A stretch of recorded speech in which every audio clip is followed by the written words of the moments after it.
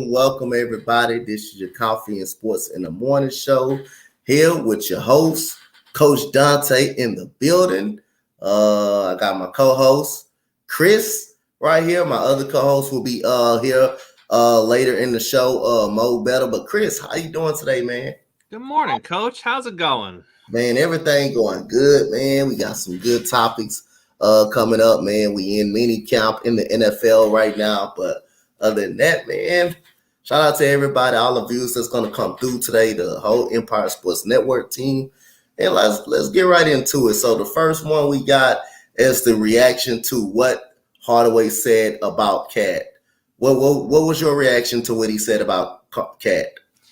So let's be fair. Let's understand where these comments came from. So Cat goes on a podcast with Pat Bev, all right? Okay. And they're just talking about his career and his time in the league. And out of nowhere, Cat makes this comment. I'm going to paraphrase it, but he basically said that he is going to feel honored when his career ends and people come up to him and talk about how he changed the game and how they are better players because of the impact that he has made on the game of basketball. Listen, the man was out of pocket. I'm just going to say it. He was completely out of pocket. He is a talented player. He is not an impactful player. There is nothing that he has done that has changed. Let's look at the people who have changed the game of basketball. Steph Curry has changed the game of basketball. 10 years ago, basketball was completely different. Steph Curry has changed basketball down to the AAU level. You go to an AAU game nowadays, what's happening? They're shooting the three ball. Everything is about getting the three ball off. Why is that? Because of Steph Curry. Michael Jordan changed the game of basketball. I'll even argue that LeBron is further down that list as far as changing the game than others might think. LeBron might be the greatest basketball player of all time. But when you're talking about changing the foundations of the game of basketball, there's literally a handful of players that you're going to put onto that list. And I'm sorry, but Cat is not one of them, and he will never be one of them. So for Hardaway to come out and just rattle off a list of 4 or 5 guys who are easily better centers than Cat, I have no issue with it. Because if you're going to come out of pocket and you're going to say something like, when I'm retired, kids are going to come up to me and tell me how I changed the game of basketball, then anything that comes after that, you 100% deserve. So when Hardaway is like, listen, these 5 guys are easily better than Cat. Yeah, they are. I'm sorry. And there are some guys on that list we could debate about, and we can go back and forth, and we can be like, well, some nights, Cat's better at this and whatnot. Because, remember, the guy plays no defense. So I don't know what he's changing the game of basketball with his non-defense and his above average scoring. I don't know. The whole thing was wild to me. Yeah, I mean, again, we look at Steph Curry, how he changed the game at the 3-point line, and how now you're starting to see other people shoot farther out, start at the 3-point line. Look at even it has an effect on college basketball as well, and on ladies basketball. You see how far Caitlin Clark shoots from outside. You see how far Arike Gubawale from our Dallas Wings, she shoots far from the 3-point line. So it definitely has you see other people doing it. You see even Allen Iverson changed the game in some type of way. Even in his clothing, he was the first one to wear those type of braids, and you will see people elevate that. As far as the dribbling moves, you see people elevate Steve Francis and Allen Iverson. Those guys right there change. Kind of, you can put those guys in it the way they changed the game as well. So definitely looking at you, definitely you right about that situation. About Michael Jordan changing the game. Everybody wants to be like Mike. The shoes and stuff. People still wearing their shoes to this day, but not only off the court, but on the court as well. People try to elevate his game. Kobe is a stipulation. Michael Jordan put out the same moves Michael Jordan does and stuff like that.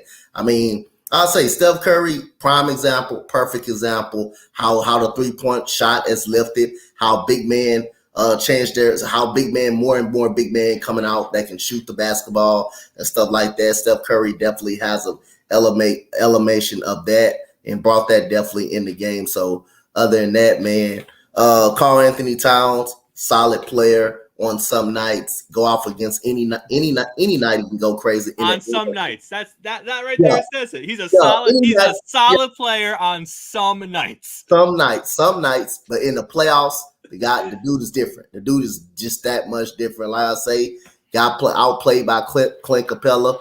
That's all you need to know. That's all you need to know about the man already. I mean, took Anthony Edwards to come in for them to actually make a playoff after Jimmy Butler then left them cold-blooded in 2 years. And Jimmy Butler even came out and voiced his frustration about that whole team when he left. So at the end of the day, the guy's work ethic can be questioned too, because Jimmy Butler questioned that work ethic. That's the reason why he left Andrew Wiggins and stuff like that, because they didn't want to work. They didn't want to work hard. They didn't want to work at all. So again, other than that, man, the guy got a problem. He got a legit problem right there. But like I say, you need to focus on the basketball court and getting better, how he could get better on the basketball court, instead of worrying about with people coming up here and coming up to him and saying he would change the game. I mean, there's been shooting centers in the league like Dirk Nowitzki already. There's been shooting centers in the league already. So other than that, man, Karl Anthony Towns need to just focus on how can his game get better and elevating the Minnesota Timberwolves. Coach, it's hard to focus on the game when you're changing it the way he is. I mean, he's changed in the game of basketball so much. How can he focus on little things like the nuances of his game? How can he focus on being better in the playoffs when he's just changing the game of basketball so much? Yeah, it's just blasphemous. I'm glad Hardaway came out and said it's 5 people better than him. And like I say, you can always 10 is 5 more better than him. So you can he's not even a top 10 player in the NBA. So again, hey, it is what it is about Karl Anthony Towns. So in this NFL, who will be the most improved team in the NFL this coming? We already know. We already had the draft. We in OTAs. We don't know how the full roster is going to look, because when you're in training camp, you got 89 guys, but you get a glimpse on how it will look. You know who's going to make the squad. You know who's going to be your quarterback at the end of the day. But give me a team that will improve throughout the season coming up. The easiest way to look at it is you're going to go with 2 teams that shouldn't have been bad last year. 2 teams that were playoff picks, potential division picks, potential Super Bowl picks last year that just completely missed the boat. And that's Denver and that's the Rams. So right off the bat, there isn't any reason to believe that you're not going to see big improvements from the Broncos and the Rams. I'm not saying that, they're Super Bowl picks or anything crazy like that, but Russell Wilson was garbage last year. Nathaniel Hackett was garbage last year. The Rams were completely riddled with injuries. Injuries aside, if everything kind of stays whole with those 2 teams, there's no reason not to think those 2 teams are going to be competing for playoff spots, right? So those are kind of the easy ones. Then once you kind of get further into it and you're looking like, well, how about a bad team last year that was expected to be bad, but what are they going to do this year? And my pick there is going to be the Houston Texans. The Houston Texans went 3-13-1 last year. They have one heck of a head coach with them right now. Their defense is going to be vastly improved this year. Their quarterback play is going to be vastly improved this year. And they're playing in a crappy division. So when you mix all of that together, I think that's a team that can easily double their win total from last year. I don't think they're going to sniff the playoffs. I don't think anything like that's going to happen. But if you're talking about a team that won 3 games and you're like, hey, you're going to double your win total, you're going to be more competitive in games that you lose, that sounds like a pretty good deal for me for a first-year head coach, first-year quarterback, in a team that's completely in a rebuild mode. Yep, definitely. Like I say, I'm glad you stole my actual pick. I don't like being a homer, so I'm glad that you put it out there. Now that I don't gotta put it out there. But at the end of the day, if you look at how we lost those games, we lost about 8 close games last year. We lost probably the most close games in the NFL last year. Basically over, we know we couldn't stop the run. That's part of the reason why our secondary was really good last year, because teams didn't need to throw on us too much. Teams didn't really actually need to throw on us. As part of it played a part to why our secondary was actually really good, able to hold up. The best player was on our offense was Dameon Pierce. Basically, that was the best player on our offense. Offensive line is definitely better than what it was last year. Tonto coming, re-signing back. Shaq Mason in the trade in the offseason definitely was one of the top linemen in the NFL during that time. Titus Howard coming back. I think we do got a center competition between Drew Scruggs and Patterson from Notre Dame, the 2 rookies. We definitely got a competition. All of a sudden, like D'Amico said, he doesn't like giving out a job already. I'm pretty sure that CJ Stroud is the starting quarterback coming up this season. He just ain't named him yet. He just don't want to give him the job right now. You want him to earn a job. Go ahead. But let me ask you about that, because if you look across the league, one of the biggest knocks on the NFL in 2023 is defensive head coaches. Yep. If you just look at the job the defensive head coaches are doing, you're looking at McDermott in Buffalo. Now, Buffalo is a good team, but they can't seem to get over the hump. They can't seem to get a running game. They can't seem to, establish the offensive line. 5 years in, they're still having O-line problems. Now, and what do every offseason? They sign a big defensive player. They extend a big defensive player. Why? Because their head coach is defensive-minded. Let's take a look at the Pittsburgh Steelers and what they've been going through for the last 5 or 6 years. They're always in the playoff conversation. Tomlin's never had a losing record. Great. But if you're a Pittsburgh Steelers fan, you're pretty tired of 9 wins. 9 wins and no playoffs, or 9 wins and you're out in the first round. And again, they're struggling on the offensive side of the ball. I love D'Amico. I think he is going to have success in this league. I think he has the personality that a head coach needs to have, but he's also that defensive-minded coach. Is he going to have some of the same struggles? And I look over at Frank Reich in Indianapolis. No, where is Frank Reich right now? No, he's in Carolina. He's already named Bryce Young as a starting quarterback. He has already come out and been like, we're not doing this. He is the guy. He is going to get every snap that he needs to get, and we're going to push for. Who is the backup quarterback in Houston? Davis Mills. How did he do last year? Terrible. He is 5-14 as a starting quarterback in this league. He is not it. I don't care who you are. I don't care if you are his mother. If you tell her to be honest with herself, her son is not a starting quarterback in this league. So just name the kid the starter. Like, you drafted him as high as you did. Everyone knows he's going to be. If Davis Mills was the starting quarterback week 1, you got to find a new team because something went wrong. I'm not a bandwagon. If he's, I'm confident. Trust me, I'm really confident. I'm really confident. I do got a lot of sources. That CJ Stroud will be the starting quarterback. I'm very confident that he's going to name CJ Stroud quarterback. That's why I'm not worried. Even if Davis Mills find a way to be the starting quarterback, I will not find a team. I'm not wrong in Houston. I'm not a bandwagon fan. So other than that's off the radar. But I do feel confident that Stroud will be the quarterback of this team in week 1. So that's something I ain't got to worry. That's something I ain't got to worry about at all. But other than that, I don't think we'll make playoff season. I think we're a 7-10 team. I would say 7-10. But I do think that will be enough to finish in second place in the division when we talk about the upcoming divisions. But my most improved team coming into this year, I will say Cleveland. I will say the Cleveland Browns. I think they will have an outside shot at a wild card shot. I don't think they will win the division. I still think Cincinnati will win that division. If they get DeAndre Hopkins, that makes everything more interesting. Deshaun Watson is familiar with DeAndre Hopkins. They got a solid running game with Nick Chubb over there. They got a defensive beast over there in Myles Garrett. They got one of the best corners over there. What's that goddamn dude name? Denzel Ward, that's his name. Mari Cooper, people sleeping on him. 1,000-yard wide receiver, year in and year out. I think Cleveland got all the tools to be a playoff perennial team, especially. So other than that, that's my most improved team in the playoff. That probably will make a wild card spot. Cleveland fans are loving you right now because that's the mindset they have too. Every year is going to be their year. Every year, those Cleveland fans are finding things that they love about their team. But the one thing that never changes in Cleveland is they're still the Cleveland Browns. Yep. And they find a way to Cleveland Brown it.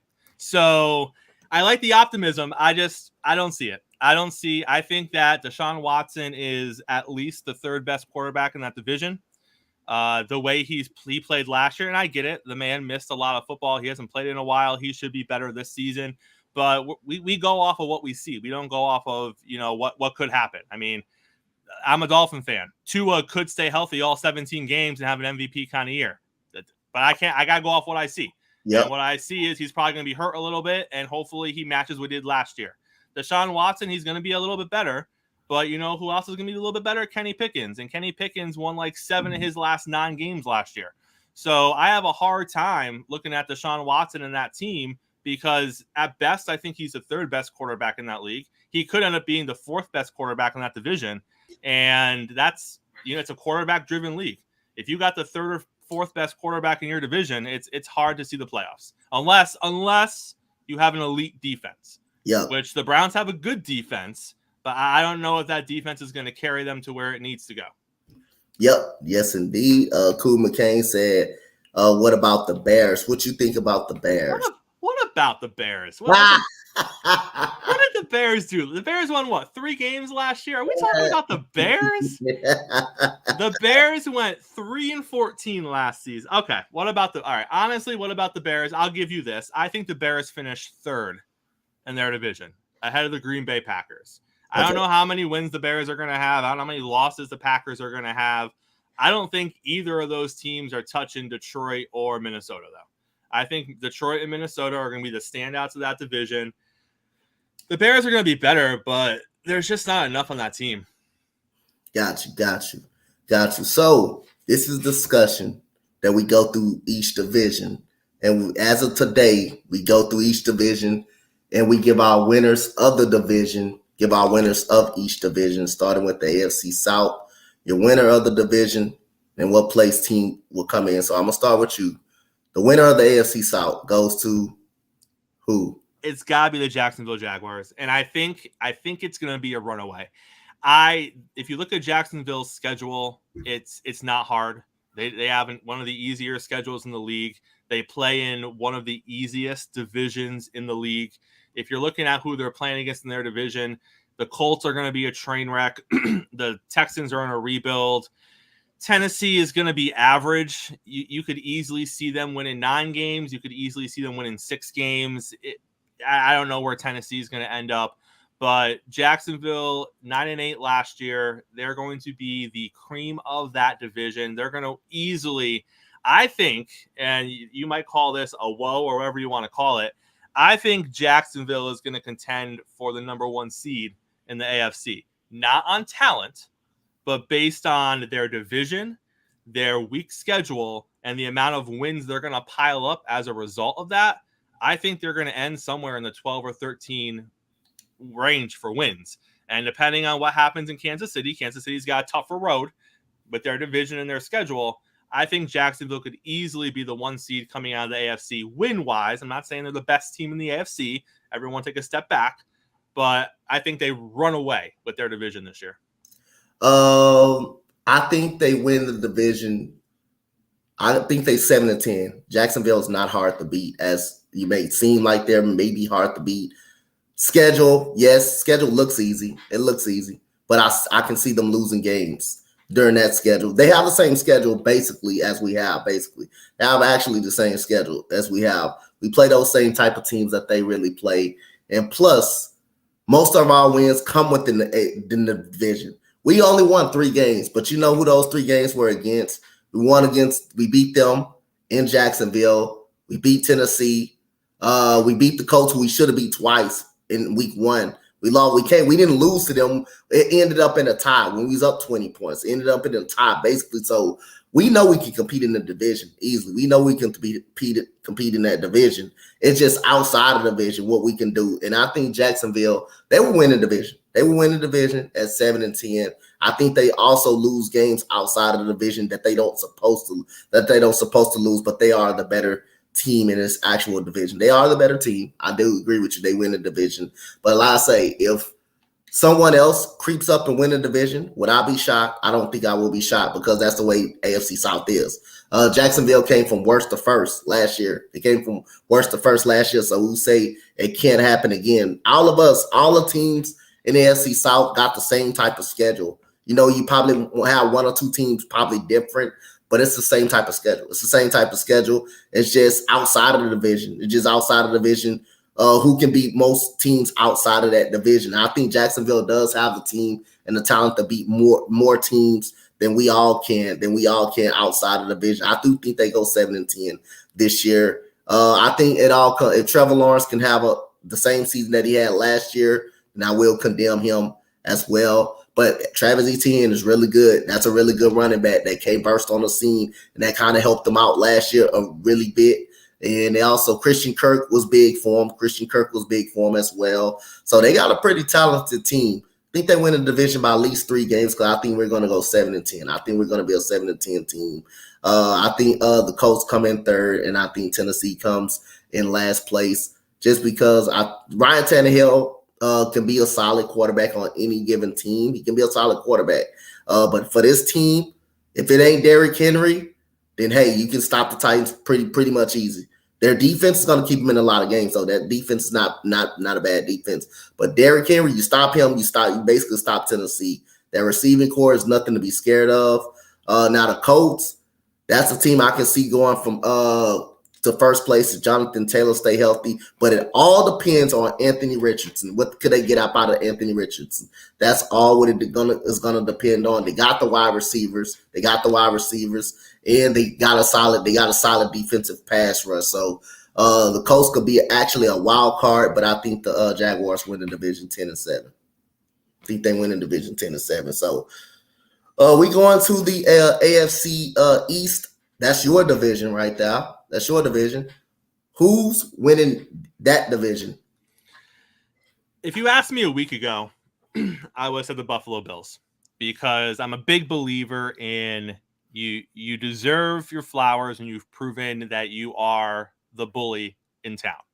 And Buffalo has been that bully for the past few seasons. So I find it hard to go against what I've seen with my eyes. But then we got this gift that keeps on giving. That is Mr. Stefon Diggs. And it's an issue. And I think Buffalo fans need to open their eyes a little bit, and kind of, as a Dolphin fan, I obviously I see the Bills twice a year when they play my guys, but I also have a hatred for the Bills. So when they're on primetime, I'll tune in to root against them. And they usually win. All right. Give Buffalo credit. Yeah. They usually win those games. But as an outsider looking in, not following the Bills, 17 games a season, there's one takeaway that I had the few times I watched them, which is, why is Diggs crying so much? This man is always throwing helmets, complaining about, and I've only watched 3 or 4 games last season. And every game I was like, what is Diggs doing? What is he so angry about? Then you have the nonsense that just happened heading into camp. And it's like, this isn't going away. Diggs is not happy. I don't know what he's not happy about. I don't know if it's the coach. I don't know if it's the quarterback. Some are saying it's the offensive coordinator. When this is happening this early into the new season, the season hasn't started yet. Nothing's really happening, but Diggs is happening. So when this is already an issue and it's already a talking point and it's already getting attention, this doesn't just go away. So I think that's going to be an issue throughout the year. On top of the fact that there is no number 2 option for Allen to throw to. And don't come at me with Knox and don't come at me with their rookie tight end they just drafted. It's Diggs or it's Allen's legs. Those are options 1 and 2, and sometimes they intermingle. And then it's hopefully he can hit someone and they don't drop the ball. Because from like game 6 last year through the end of the season, that's what it was. Half the time he hit someone wide open and they catch it, and the other half of the time they would drop the ball because there isn't a solid number 2 option on that team. When you look at all of that, combined with the fact that Josh Allen has been a roller coaster ride that keeps having more dips than it does high points since Dable left, and the fact they don't have a running game that's not named Josh Allen, and the fact their offensive line is still a mess 5 years in, I think Miami wins the division. Because if you look at talent outside, now I will still say Allen is more talented than Tua. I'm not blind to that. But if you look at the entire team, what team in that division is more cohesive on both sides of the ball than the Miami Dolphins right now? They are the most talented team in the division. They have a quarterback who, when healthy, and if you look at Tua's stats last year, he led the league in everything. The games he played when he was healthy, Miami was the number 1 offense ahead of Kansas City, and it wasn't close. So obviously if Tua gets hurt, things are out the window. But if Tua plays 15 games this season and does anything close to what he did last season, I don't see how anyone stops Miami. Now, obviously, playoffs are a different situation. I'm not saying Miami's going to go win a Super Bowl, but I think that Miami is on the upswing, and I think Buffalo is on the downswing. So I'm going Miami, Buffalo, the Jets, and the Patriots. Yep. So I'm going to go with Buffalo until somebody beat them. That's fair. Until somebody prove they can beat them in the division. Miami. We know Miami more talented. We definitely know that they're more talented. But hey, when you get on that field, talented goes away. It's how you play. It's how you play on the field. You can be talented, but Buffalo always find a way to come out within the division. Now we understand. You're not scared of Dalton Kincaid. You're not scared of Dawson Knox, but they did play well. You can't overlook how well they played. Mm-hmm. You can't overlook how well they played last year. I know Cincinnati shut them down. Buffalo's not going to win a Super Bowl. They're not going to win a Super Bowl. I'm going to tell you that right now. Well, not only did Cincinnati shut. Let me ask you this: What happened in that Dolphins playoff game? What happened in the Dolphins playoff game? They definitely struggled. They struggled in that playoff. He was out-coached by a rookie head coach with a third-string practice squad quarterback. That's what happened to Buffalo in that night. They almost lost to a rookie head coach with a quarterback that has no business in Skylar Thompson starting football games in this league. They were out coached, but at the end of the day, they still won. They still end up winning. They should have won by 40. They should have won by 40. They should have won by 40. But I'm banking on this coming season. I'm banking on this coming season right here until somebody beat them. I think Buffalo's winning that division. I know Edmonds leaving, that may hurt them a little bit at the linebacker, but they still got Matt Milano. They did resign their defensive guy right back. Tre'Davious White, he recovered off the ACL injury. And Career Elam played really well as a rookie last year. But they're not, only thing, like I say, they're not going to win the Super Bowl this year. They will find a way to lose every single year, as they always. I thought when they lost to the Kansas City Chiefs that year, that was their best shot of making it. To me, that was their best shot. I don't think they get a shot. Now, Stephon Diggs, that is a problem. Not showing up to mandatory minicamp. But if this continues on to training camp, then that's a huge problem. If you're not there in training camp, that's a huge problem. But other than that, I got the Dolphins. Dolphins still going to make the playoffs. I think the Dolphins still going to be in the playoff picture. They're still going to be there. They're going to make it. The Jets, they're going to be coming in third, and I think the Patriots are in last place. I think the Patriots are in last place. I still think with Aaron Rodgers and the New York Jets, that doesn't give me enough sign that they're going to be better than the Dolphins and Buffalo. That doesn't really give me enough sign. And this is the year that you will finally see, Bill Belichick come in last place. I believe those three teams right there are the more talented teams than they are, and they're the better teams than they are. So Dolphins, they're my wild card guys. They're my wild card guys. They're gonna have 10 wins. They're gonna have 10 wins or 11 wins in that division. But I do think the Bills win it with 12 wins, and the Dolphins finish with 11. I think Dolphins are that good. They're gonna win. They can win a playoff game. It depends on who they play. They're gonna win a playoff game. It depends on who they play. I actually like the Dolphins. I actually like how the Dolphins is. If Tua stay healthy, I actually like the Dolphins, and I wouldn't be surprised if they win the division. I wouldn't be shocked at all. Coach, you're leaning. I mean, you started off heavy on the Bills, and you went through your rant, and you're already leaning to my side. That's all I'm saying. Hey, man, like I say, I just love to go with a team. If I see like the Kansas City Chiefs, I want to pick them out 100 times out of 100 because ain't nobody showed they can beat them. Ain't nobody showed they can beat them yet or win the division. So I'm gonna pick them 100 times out of 100, just like I picked the Patriots. Until you show me that they can be beat, then I'm gonna pick with them. And to proving otherwise. But I'll say I do like Miami. I actually liked in Miami last year. I had Miami as a dark horse last year until Tua got hurt, which is I don't think he should have been back on the field after he got that second concussion. He shouldn't have been back out on the field in the first place. So we got the AFC West. We got the AFC West division. Who you got winning that AFC West division? Kansas City, like always. Yep. I mean, I'm so tired of people being like the Broncos or the Chargers. The Broncos are going to be better. The Chargers, I think the Chargers are one of the most overhyped teams in this league. All right. Justin Herbert is a good quarterback. He's not a great quarterback. He's a good quarterback. And yeah, I have a little bias because the Dolphins fan base is freaking obnoxious with we should have taken Herbert over Tua. Shut up already. Herbert is good. He has good weapons around him. But look at the quarterbacks that Herbert played last year. I don't have it in front of me, but it is like 10 or 11 of the bottom 15 quarterbacks in the league. And they still didn't do much with that. And I know they had injury. Every team has injuries. Herbert is just he puts up numbers. He does. But, Matthew Stafford put up numbers for a long time in Detroit. Deshaun Watson put up numbers for a long time in Houston. It doesn't take a lot for quarterbacks to put up numbers. So, yeah, Herbert has numbers, and he's breaking rookie records, and he broke records for, your first 2 years in the league as far as touchdown passes go, and that's great. But there comes a point where you need to start making the playoffs. You got to start winning playoff games.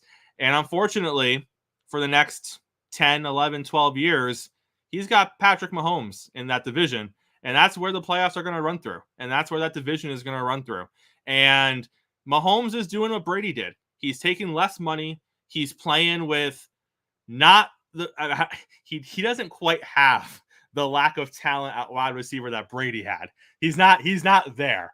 But Mahomes is playing not with world-class receivers. I'm sorry. Juju Smith-Schuster, he's not a one. On some teams, he's not neither one of them he got as a one. Right. I mean, Nicole Hardman, whatever, he's not a one. Sky Moore is a nice piece, but he's not he's got Kelsey. Kelsey's coming on the back end of his prime, but he just makes it work. It doesn't matter who he has. He elevates them and he makes it work, which tells you he's going to be doing this for a long time to come. And if he follows that Patriots model, and at some point they get him, when the Patriots got Brady, Randy Moss, that was electric, right? So if at some point they get him another big time one, aside from what he had in Tyreek Hill, he's just going to put up more numbers. Like, it's the Chiefs, no question about it. I think that the Chargers will probably finish second. Maybe the Broncos challenge for that, but I'm going to go Chargers 2, Broncos 3. And the Raiders are one Jimmy G injury away from the number 1 pick. Because if Jimmy G doesn't stay healthy, there isn't much to talk about on that team. So if you're a Raiders fan, dear God, I hope that Jimmy G stays healthy and maybe you finish third. But I think you're looking at a 4th place finish for the Raiders. Yeah, you know what? I should have rebutted the question and said who's going to come in second place behind Kansas City, basically. Who's going to come in second place behind Kansas City? This just a matter who's going to come in second place. So we all know who's going to win that division. So I'm just going to start in second place, and which is, I think, a second wild card of mine, which is the Chargers. Chargers, Keenan Allen on his last leg of his career, which is that ended up drafting Quentin Johnson. I think they knew that. They know that as right now. Mike Williams had a solid season. Couldn't he stay healthy from years to come? Austin Eckler fighting contract issues with the squad. That's another thing that need to be concerned. And he's fighting contract issues. Their secondary is not as good as you think. They really are. They're not as good. I mean, yeah, J.C. Jackson was great for the Patriots, but he goes to Chargers, and he was hurt, but he was still out there on the field. He was getting beat down a little bit. That shows you how Bill Belichick that shows you the Bill Belichick zone kind of scheme was protecting him a little bit. Now he goes to the Chargers. Now he's a different player. Derwin James is good. Derwin James is a great talent on there. Bosa is really good when he's healthy. Khalil Mack starting to lose a little bit, but he was actually solid. I just don't think they're good enough, and I don't think they will be good enough to win in the playoffs. I think they're going to be a borderline wild card team. They're going to have double-digit wins. They're going to have double-digit wins as well. But the Kansas City Chiefs, at least 13 wins, man. Patrick Mahomes just already showed you. He doesn't got a number one wide receiver. Nicole Hardman, he's a special teamer. That's a special team wide receiver right there, and he makes it work. Scott Moore was a rookie last year. They did jet sweeps with him. They did a lot of jet sweeps with him, and he's a special teamer. He was a special teamer for the whole season, really, until they got Kadarius Toney. Now that's a dude that I think is going to be solid for them. But other than that, neither one of these guys are number one. The only number one is Travis Kelce, and that's the tight end. That's the really only number one. Now, Isaiah Pacheco, he's really good. He's a really good seventh rounder that stepped up for him last year. But Patrick, that just give you an estimate, like you said, how good Patrick Mahomes actually is and how great he actually is. He makes it work no matter who you put it around him. Then that defense, you're going to be able to move the ball up on them. You're going to be able to move the ball up on them. But when it matters the most, they're going to be able to also get a stop when it matters the most. This is a team that has 7 rookies on the team. This is a team that has 7 rookies on the team and still won the Super Bowl. So nothing too big for Patrick Mahomes, nothing too big for Andy Reid and these players. Now, Eric Bieniemy did leave, but I don't think it will be a problem. I think it was Andy Reid. I think most of it was Andy Reid, pretty much. But it was just a matter who's going to come in second and third. Like you said, same order. Broncos, they're going to get a little better with Sean Payton. They're going to get a little better. If their players stay on the field, they can get a little better. But the Raiders, with Jimmy G or not, I think they're the 4th place team. I think Jimmy G is basically a game manager at best. Yes, he got Devontae Adams. He's good. Devontae Adams is really, really good. Darren Waller, who didn't want to play last year, I believe he's been checked out. I believe he been gave up on the squad. He didn't want to even be in Las Vegas. Josh Jacobs is really good. Josh Jacobs burst on the scene last year. But outside of that, man, I just really don't see anything too impressive with the Las Vegas Raiders at all. So I think they will be in the last spot in the AFC West.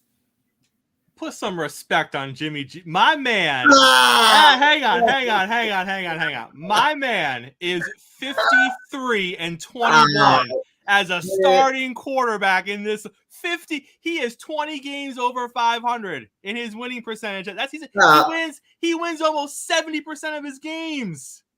So he gonna win 70% of them this year too, huh? No, I'm just saying the man deserves some respect. Oh man! And if I'm a Chargers, and I hate to beat a dead horse with this whole defensive head coach thing, but if I'm a Chargers fan, again, you got a defensive-minded head coach, and I know you brought in Kellen Moore, and we saw how great Dallas was with Kellen Moore, so clearly he's the secret sauce. But you got a defensive head coach, and he can't even fix his side of the ball. Yep. It's not like the Chargers are rocking a top 5 defense, and they're just trying to catch up on offense. Nope. He didn't even finish. His side of the ball is still an issue. So what are we doing? What are we doing with the Chargers? Because usually, and I'll give McDermott credit, the Bills have a solid defense.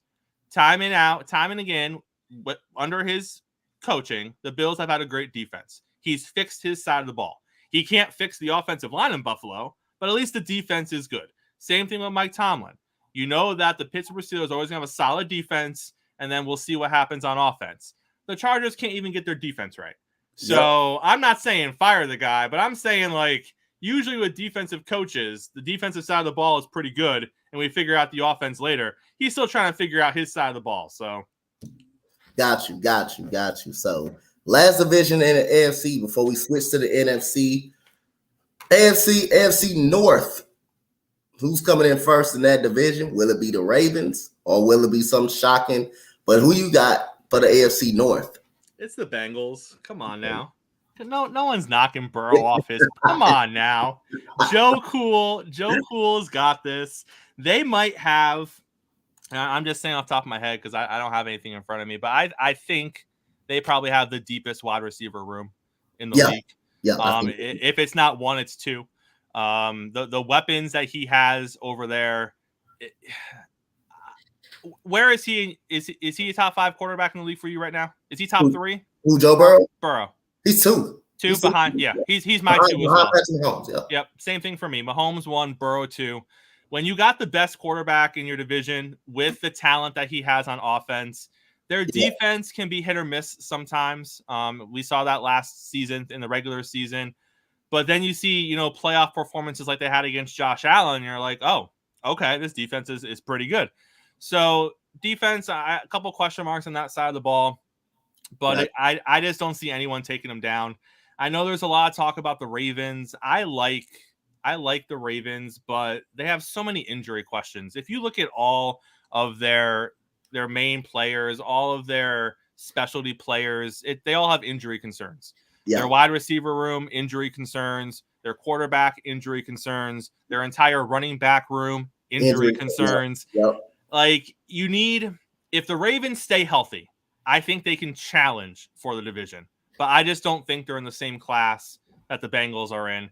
And then outside of that, I know there's some love for Cleveland. I'm not seeing that love. I think they're battling for third place with Pittsburgh. And then I got to give Pittsburgh a little bit of love. They finished the season really well. They won 7-9. Their quarterback played better than I thought he was. I didn't think he was anything coming out of college. I did not see the love for Kenny at all. I thought he was just a middle-of-the-road kind of guy, but he played well. He played well on that system, and he's going to be better this year.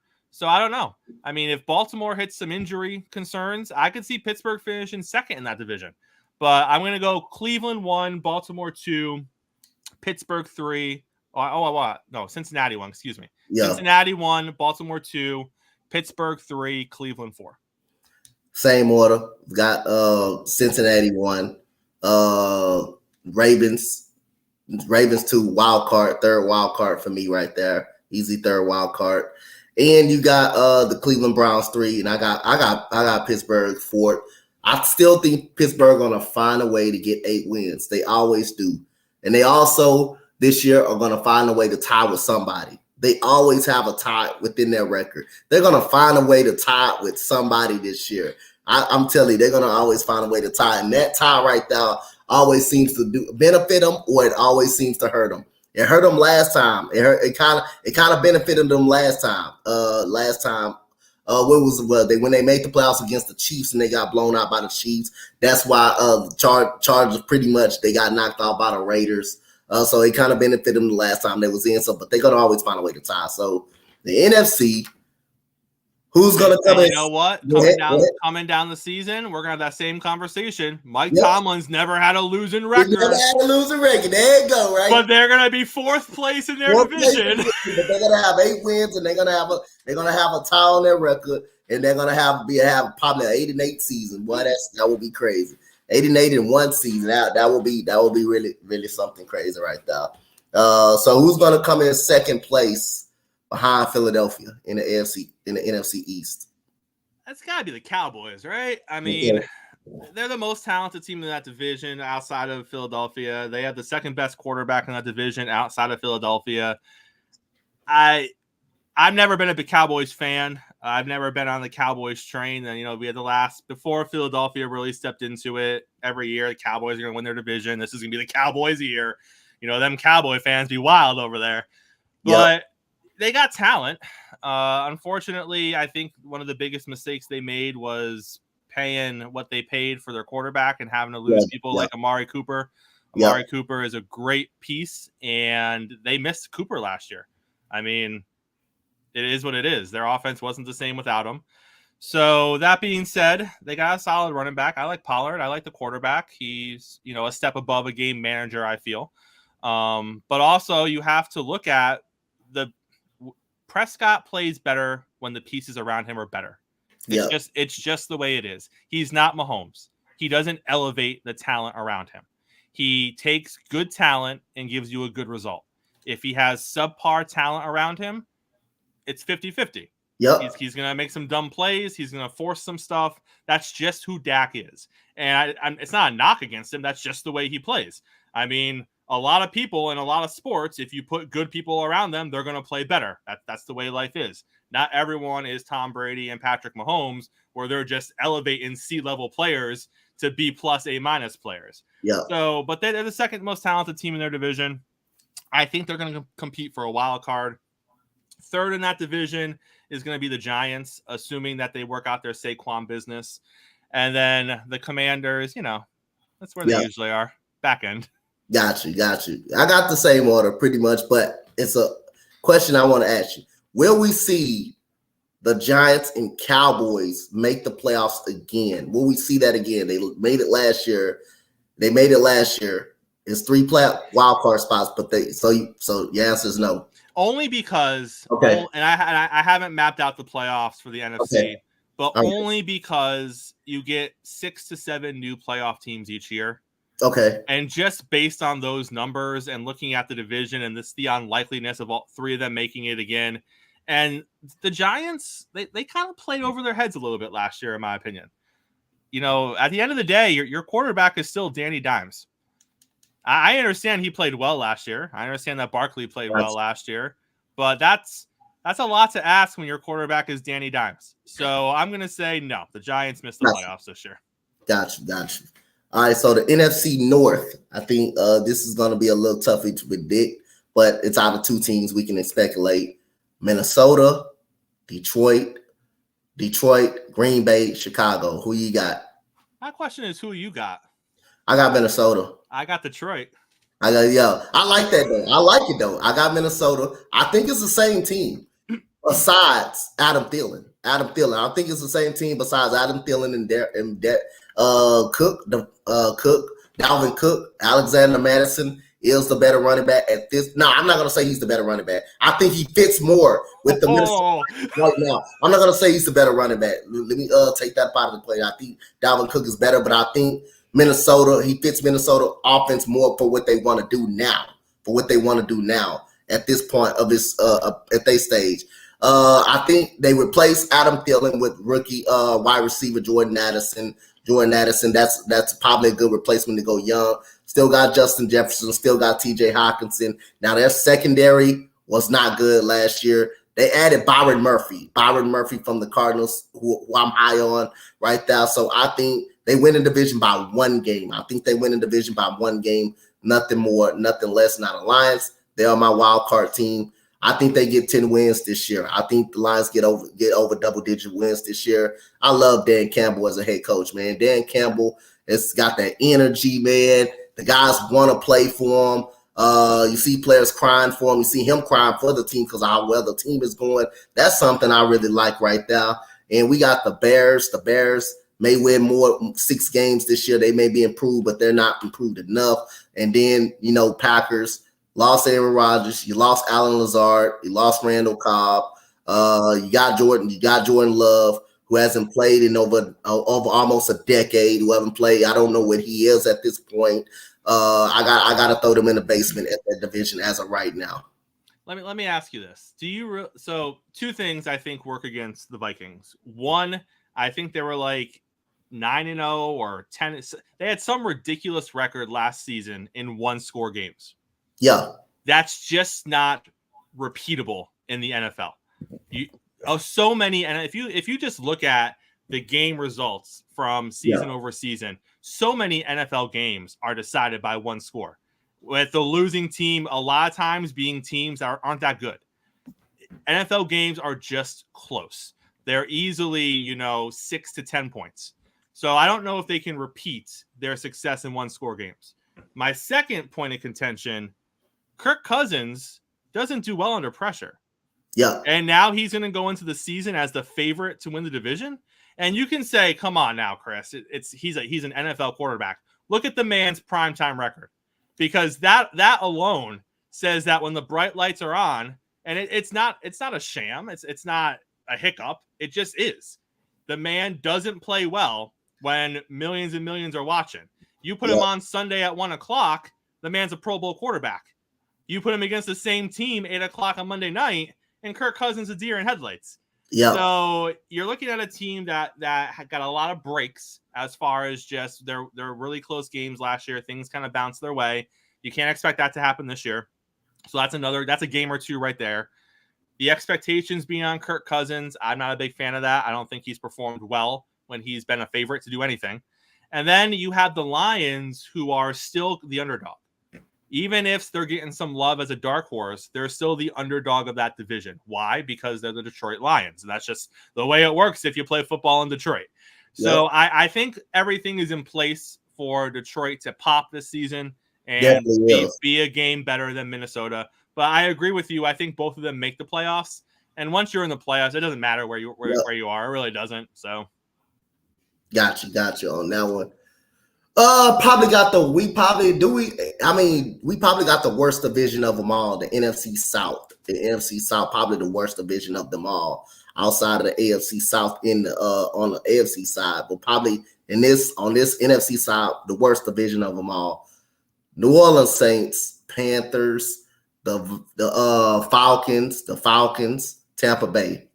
Who's winning? Who you have? It's so bad, it's good. It's so bad, it's good. And the reason for that is there's no clear path. Yep. I could make you an argument for any one of these teams, and you could be like, oh, okay. Like, you may not love it, but you probably won't hate it either because the division is so bad. Yep. That being said, I'm going Carolina. Okay, I love it. I'm going Carolina. I like their coach. I like Bryce Young. I think, and it's hard to say because he's a rookie, and I get it. You don't want to anoint the rookie before he does anything, before he plays the first snap. I don't have a lot of love for Carr. I don't. I think that he's a decent quarterback. I just don't like him as much as others do. I think the Panthers win the division. I think the Saints are going to be in second place in that division. It's a coin flip for Tampa and Atlanta. I like Baker more than most, so I'd love to see Tampa have a little bit of success. I don't hate on Baker as much as others do, but just neither of those teams are very good. Yeah. So, actually, no. I'm going to change on the fly. Tampa's going to finish fourth. I like the pieces Atlanta has. I like London. I like their offensive pieces. Defense is a little bit of a concern, but I'm going to go Atlanta third, Tampa fourth. All right, I'm gonna go New Orleans. I like New Orleans. They're deep. Only reason I'm gonna go for them is a couple of reasons. I think they're wires. I think if Michael Thomas can get back to the flow, I don't think he would get back to a superstar wideout. I think he would do enough to be productive. The problem is they didn't have a quarterback last year. That was a legit problem. Last year. They have the quarterback. Is Derek Carr good? Yes, he's a quarterback. He's not going to be an elite quarterback. He's never an elite quarterback. Yeah, Derek Carr is a very good quarterback. He's a very good quarterback. So I think they added a running back as well. He added a running back. I forgot that running back, Jamal Williams. That's who they added. I think he's going to definitely help them out. He had a great season with the Detroit Lions. Chris Olave had a 1,000-yard season, but their defense is really something on that side of the ball. They did lose David Onyemata. That's a big piece that they did lose. So the Atlanta Falcons over there, Atlanta Falcons couldn't get to the quarterback last year. That's a big piece that Atlanta picked up over there. But I do think because of their defense, if the offense can find a way to put it together, I think they can win some games within this division and beat some teams outside of the division. I think they're just about good enough. I think they're good enough to win this division because of their secondary, because of their defense. They were able to hold teams last year The problem was the quarterback situation. And Jameis Winston and lost his quarter. Jameis Winston probably he's favorable. Think he's a backup. He lost that backup. He lost that starting position last year, early in the season. That was his chance right now. Now I think his chance is over as being a starter. The Panthers, they're on the upcome right there. I like Jonathan Mingo as the wide receiver that they got in the draft. Burns is a stud. That dude is a stud. Their defense was actually good. Problem was the same issues was the Saints quarterback situation. Bryce Young is going to add some stability at that quarterback situation. They did get a veteran in Adam Thielen over there. I like what the Panthers doing. Don't be surprised if they compete for a wild card spot. Don't be surprised. I think they can be good. I think there will really be something special upcoming in the years to come, as long as Bryce Young keep maturing, keep getting better and better. And like you said, it's a coin flip between Tampa Bay and the Atlanta Falcons, but I like Atlanta a lot better. I like Atlanta more than I like Tampa Bay. Tampa Bay got quarterback issues already. But Tampa Bay, they're on the upcome too. As long as it all depends on Desmond Ridder for me. It all depends on how can he elevate this game for me. So, like I say, got Saints, got Panthers, I got the Falcons, and I got the Tampa Bay Buccaneers down there in the drain. So, Coach, let me ask you this: if you're starting an NFL team tomorrow, all right, and you have two choices to be your quarterback, prime Derek Carr or prime Jimmy Garoppolo, who's your quarterback? Derek Carr. Get out of here! My quarterback. Get out! Jimmy Garoppolo wins games, but apparently you don't want to win games. You don't want you want eyeliner Derek Carr. All right, I got you. I like Derek Carr. I like Derek Carr a lot, man. I don't think the dude is bad as everybody think he is, man. I don't think the dude is that bad. It's how everybody think. I think he's good, really good. I think he's really good. He just, like I say, Matthew Stafford in that conversation. I mean, again, Matthew Stafford was never a superstar quarterback. He's reminds me of David Carr, but the problem is when you finally put Matthew Stafford on a team somewhere that is really relevant, what did Matthew Stafford do? He wanted to end up winning the Super Bowl. Yes, he threw 17 picks. And that comes with the risk of it because he liked to take chances. But the Lions team, how good really was that Lions team? Besides making the playoffs only twice in their career, outside of leaving when Calvin Johnson, how good really was that? That wasn't really as good, and the man still was throwing 5,000, 4,000 yards. So that's what I view Derek Carr. Derek Carr, the Raiders, how good really was there? They had Amari Cooper, but their defense just was an abomination every single season. He never had a top 5 defense in the league. This is a chance for Derek Carr. He playing with a top 5 defense in the NFC. This is a chance right now. It would be no excuses for Derek Carr. He has to find a way to elevate these guys, and I think he's on a better team than the Las Vegas Raiders on right now. I think he's on a better team with the Saints than he's on with the Las Vegas Raiders. So we got the last division of the NFC, the NFC West. Who you got in the NFC West? Hopefully it's the same one you got. Hopefully it's the 49ers. Yeah. I mean, I think they're outside of the Chiefs, they're probably the best team in the league. Okay, they're the most complete team in the league. I like everything about them. The Dolphins are the baby 49ers, in my opinion. It's very cut from the same cloth. Defense on the 49ers is elite. The offense, the only issue with the 49ers is going to be the quarterback play. With Jimmy G, you knew what you got at quarterback, which was consistency, right? Now, Brock Purdy showed flashes. I give Brock Purdy his flowers for what he did last season, okay? Not going to lie, as a Dolphins fan, when we knocked Jimmy G out, I was celebrating. I was like, we good here. Who? Brock Purdy? We're fine. We're fine. Then, he makes a couple of throws, and I'm like, oh, he just luck. We got to scout him a little bit better. Then he wins the game, and he wins like all these other games, and he's in the playoffs. I'm like, all right, Brock Purdy's all right. But it's the NFL. And once you get film on somebody, once you start breaking someone down, not to mention the fact that the dude basically lost his elbow. So he's coming back from the elbow injury. We don't really know where he's going to be when the season starts. The backup isn't really worth talking about. I don't even know if Trey Lance is going to be on that team, to be honest with you. I personally think they need to cut ties with Trey and give him a chance to go do something somewhere else, because clearly he's not the guy moving forward in San Francisco. If Purdy can be an average NFL quarterback, meaning if he can do what Jimmy G did, which was be consistent while also having a bigger arm and also being a little more mobile than Jimmy G was, I think that you're looking at them easily winning their division and potentially making a run in the playoffs. If Brock Purdy falters, the Rams are right there. The Rams are going to bounce back this season. I think the Rams are going to be competitive. I think you got the Seahawks. They're going to take a step back. I'm sorry. Geno Smith is not going to play out of his mind again. He just isn't. So I'm going to go Niners, Rams. It's going to be close. Niners, Rams, Seahawks. Maybe a game or two separates all of them. I think they're all going to be pretty packed in there. And then somewhere well behind are going to be the Arizona Cardinals. Well, I do got the 49ers. I do got the 49ers winning the division. I do got the Seahawks coming in second, that's my wild card team. That's my third wild card team right now. I do got the Rams coming in third, and I got the possibility the Cardinals having the number 1 overall pick.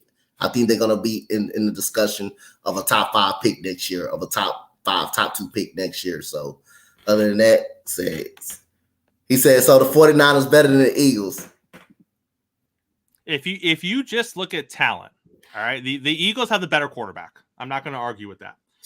But if Purdy plays the same way this season that he played last season, and I'll give it to you, Purdy came undone in the playoffs a little bit. The playoffs are a different animal. Once you got Brock Purdy in the playoffs and the pressure was on, he didn't play his best football. If you get Purdy playing the way he played down the stretch all of this season, they are just as good as the Eagles. And I would argue that on the defensive side of the ball, they're better than the Eagles. Now, I'm not going to sit here and say they're head and shoulders better, but if as an Eagles fan, you're looking at the situation and you're like, the Niners aren't even close to us, then you're just lying to yourself. Because on paper, the talent's there for the 49ers. The only question is the quarterback situation. And Eagle fan, you need to chill out for a second, because let's not forget, going into last season, your own team didn't even like your starting quarterback. You tried to trade for Russell Wilson. So don't sit here and be like your quarterback is the next coming of the Messiah, because your team didn't even think he was that at the start of last season. So take a step back, relax. You have a great team. You're going to make a playoff run. It is what it is. But don't sit here and be like, everyone knew what you had at quarterback, because your own team was trying to get Russell Wilson in there. So yeah, so we broke down each and every team in the division. So we're gonna go with on average 5 through 6 teams each season. Who makes the playoffs? Hey, before that, breaking news. Michael Jordan is finalizing the sale of the Hornets, ending his 13-year tenure as the majority owner. Well, that's something. Crazy. Do we care? Do we care? Nah, I don't see that. Not too much. I mean, again, like I say, hey, wish Michael Jordan the best. He still got money. He still got money. He still got money. So I don't think he cares, and I don't think nobody else will care about that. He should go buy a football team. Football team? You think he'll be better owning a football team than yeah? It don't matter what he does. Yeah. The football team is going to be the football team, right? If he goes and he buys, part of the Panthers, it ain't going to make a difference. The Panthers will still be the Panthers, right? At least have a team that makes money. Gotcha. Yeah, man. So on average of 5 to 6 teams each season, who makes the playoffs the season before missing the playoffs? Following season in the NFL. So let's take a look at who made the playoffs for 2022. So you had the Chiefs, the Bills, the Bengals, the Jaguars, the Chargers, the Ravens, the Dolphins, and the AFC. And then the NFC, you had Eagles, Niners, Vikings, Bucks, Cowboys, Giants, Seahawks. Okay, yep. So just looking at that, without really thinking too far into it, I don't think both the Cowboys and the Giants make the playoffs. So I think one of them goes away. I don't think the Buccaneers make the playoffs at all. So I'm going to take them off the list. I think Seattle is a potential team to miss the playoffs, depending on what the Rams do. I think the Chargers are a potential team to miss the playoffs, depending on how good the Broncos are this year. I think the Ravens are a potential team to miss the playoffs based on what Pittsburgh can do behind them. Was that 4? That's 4. Yeah, it's 4.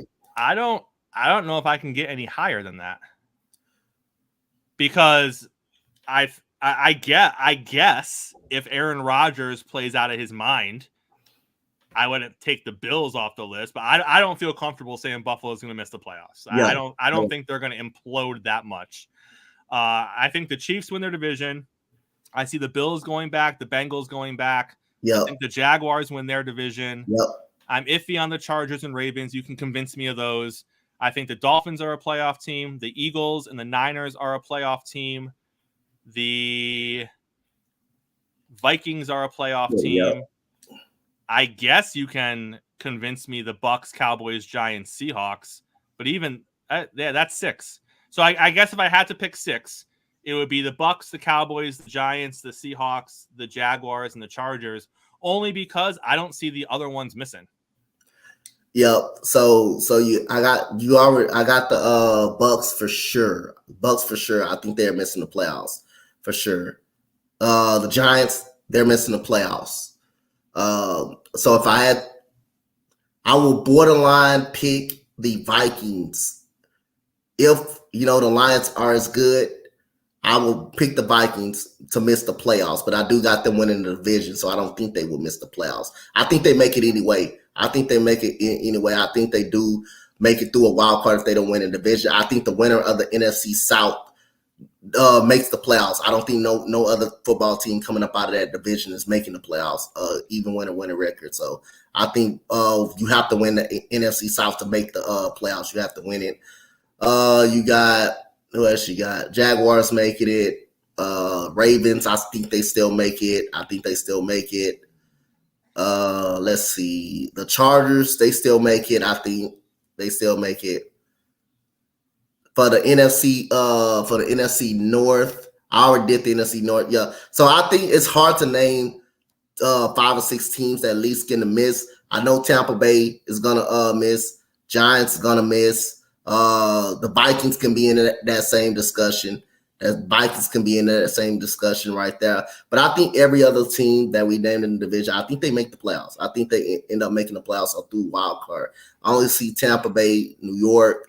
Possibility the Vikings can miss out on the playoffs. I think everything stays the same.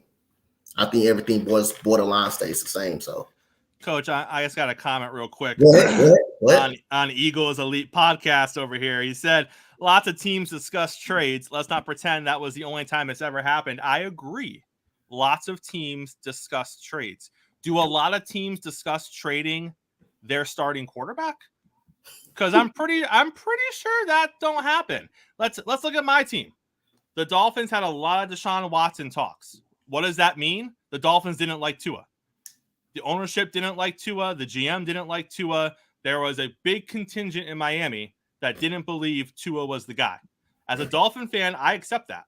If you're looking to move either your starting quarterback off your team, or you're looking to move a starting quarterback, and let's be honest, going into last season, Russell Wilson was a top 10 quarterback in this league.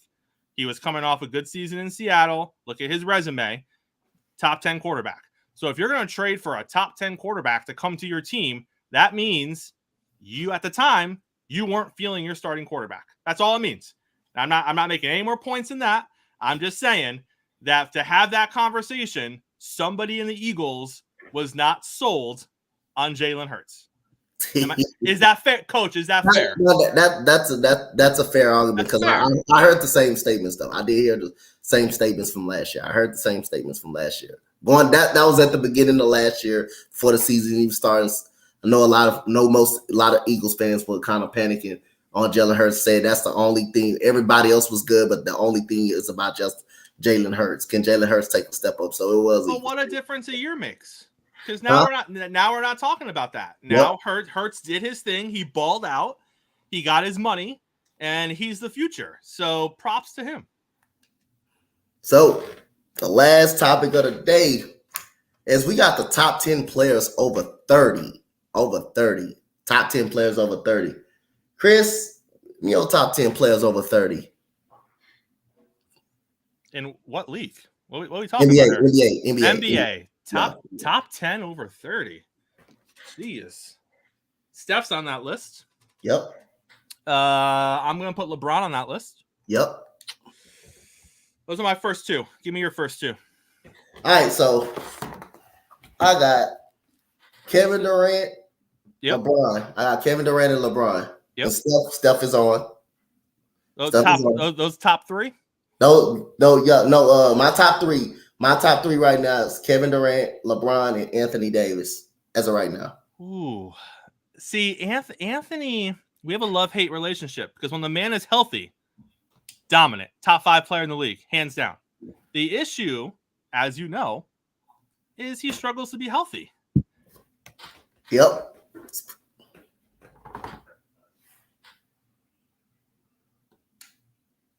In case you're wondering, Eagles podcast believed in Hurts.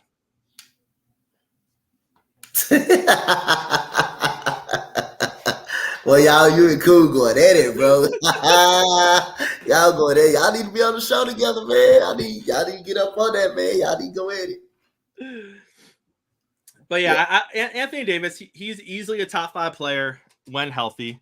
I would put Steph ahead of Davis. I like LeBron and Durant in that top 2 spot. But again, and this is crazy, Coach. Think about this.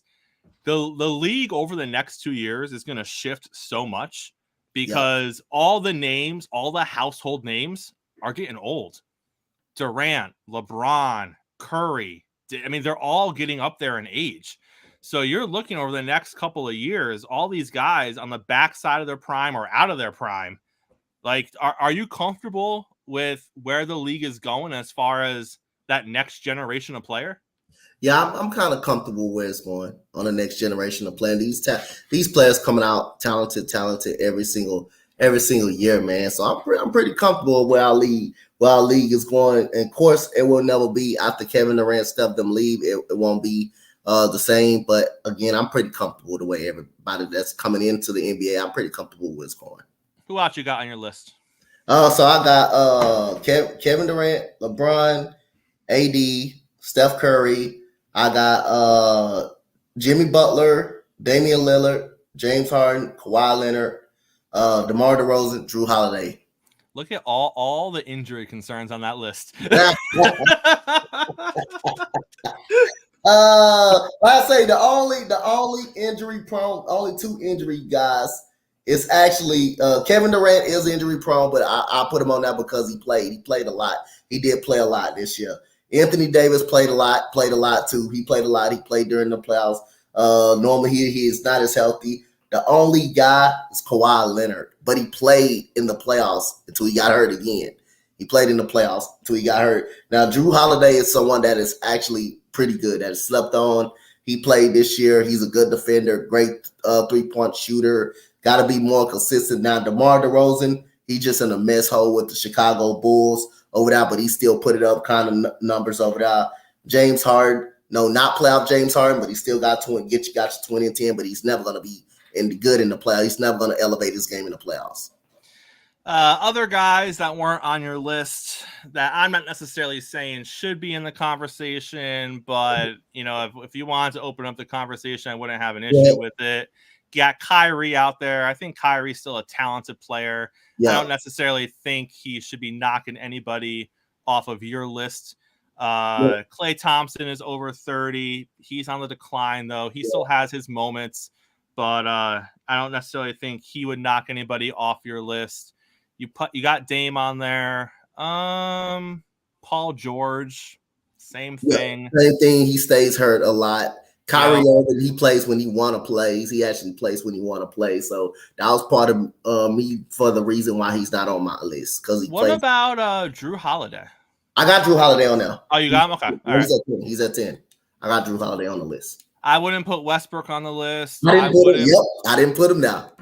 I wouldn't put Chris Paul on the list. I didn't put Chris Paul. I might. Okay, I got one. How about Dre? Which one? Draymond Green. I wouldn't be upset at it.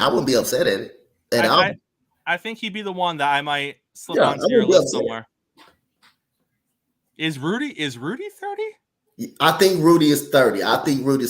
Joel Embiid was on, but he's 29, so I didn't put him. He's 29. It says over 30, so I just all right. He just I might finagle Rudy in there, but I like your list. Your list was solid. Appreciate that. So yeah, man, this was the end of the Friday morning show, man. Appreciate y'all for all tuning in. Cool McCain and my boy Cool and my boy Chris, they gotta get to meet each other, man, on the show, man.